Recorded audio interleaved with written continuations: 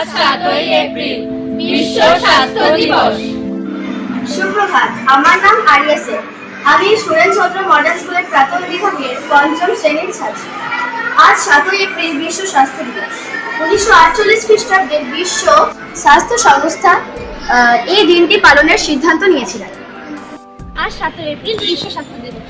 সুস্থ থাকা আমাদের জীবনের সবচেয়ে বড় সম্পদ। আমরা যদি নিয়মিত স্বাস্থ্যচর্চা করি, খাওয়া দাওয়া পরিষ্কারভাবে রাখি, নিয়মিত ব্যায়াম করি, তাহলে আমরা সুস্থ থাকতে পারবো।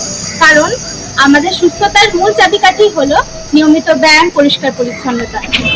সুস্থতাই হলো প্রকৃত সম্পদ। আজকের এই বিশেষ দিনে আমরা সবাই প্রতিজ্ঞা করি যে আমরা আমাদের নিজেদের এবং আমাদের চারপাশের সকলের স্বাস্থ্যের যত্ন নেব।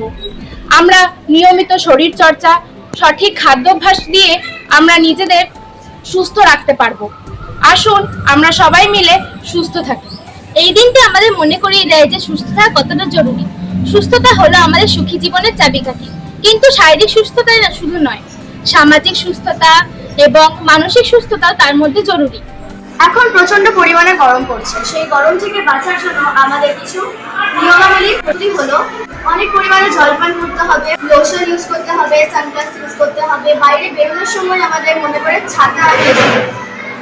জলীয় ফল আমাদের খেতে হবে, হালকা খাবার আমাদের খেতে হবে, ফাস্ট ফুড খাওয়া বন্ধ করতে হবে এবং আমাদের শুকিয়ে হালকা ঢিলে ফেলা জামা পরতে হবে। এখন গরম পড়েছে, এরপরে আরো প্রচন্ড পরিমাণে গরম পড়বে। আমাদের গরমে থাকলে কিছু সেই ঘাম থেকে আমাদের হিটস্ট্রোক হওয়ার সম্ভাবনা আছে।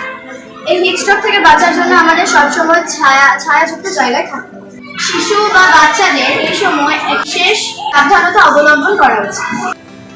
আমরা আমাদের এই গ্রীষ্মকালে আমাদের বিভিন্ন রকম সমস্যা দেখা যায়, যেমন হিট স্ট্রোক হয় মানুষের, এবং এছাড়াও বিভিন্ন রকম রোগ দেখা যায়, ডিহাইড্রেশন প্রভৃতি।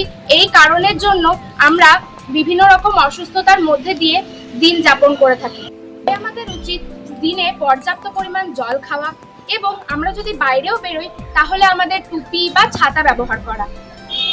এই বিভিন্ন রকম প্রয়োজনীয় জিনিস দিয়ে আমরা নিজেদের শরীরকে সুস্থ রাখতে পারবো।